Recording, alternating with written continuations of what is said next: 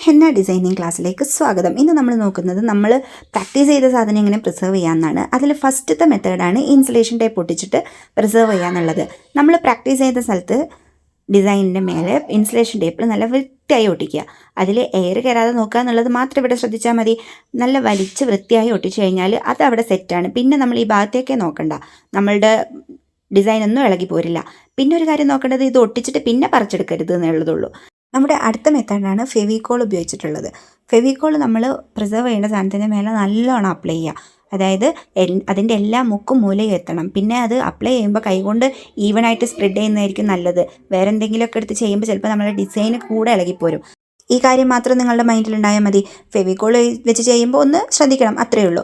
പിന്നെ നിങ്ങൾ ഇതുപോലെ ബുക്കിലാണ് ചെയ്യുന്നതെങ്കിൽ ബുക്കിൽ നമ്മൾ വരച്ചതിൻ്റെ ബാക്ക് സൈഡിലായിട്ട് കൂടി ഇൻസുലേഷൻ ടോപ്പ് ഒട്ടിച്ചാൽ ഏറ്റവും നന്നായിരിക്കും. 2-3 ആഴ്ചയാകുമ്പോഴത്തേക്കും സ്റ്റെയിന് ഇളകും. അപ്പോൾ ഇങ്ങനെ ബാക്കിലും കൂടി ഒട്ടിച്ചാൽ അടുത്ത പേജിൽ ഒട്ടും ആവില്ല.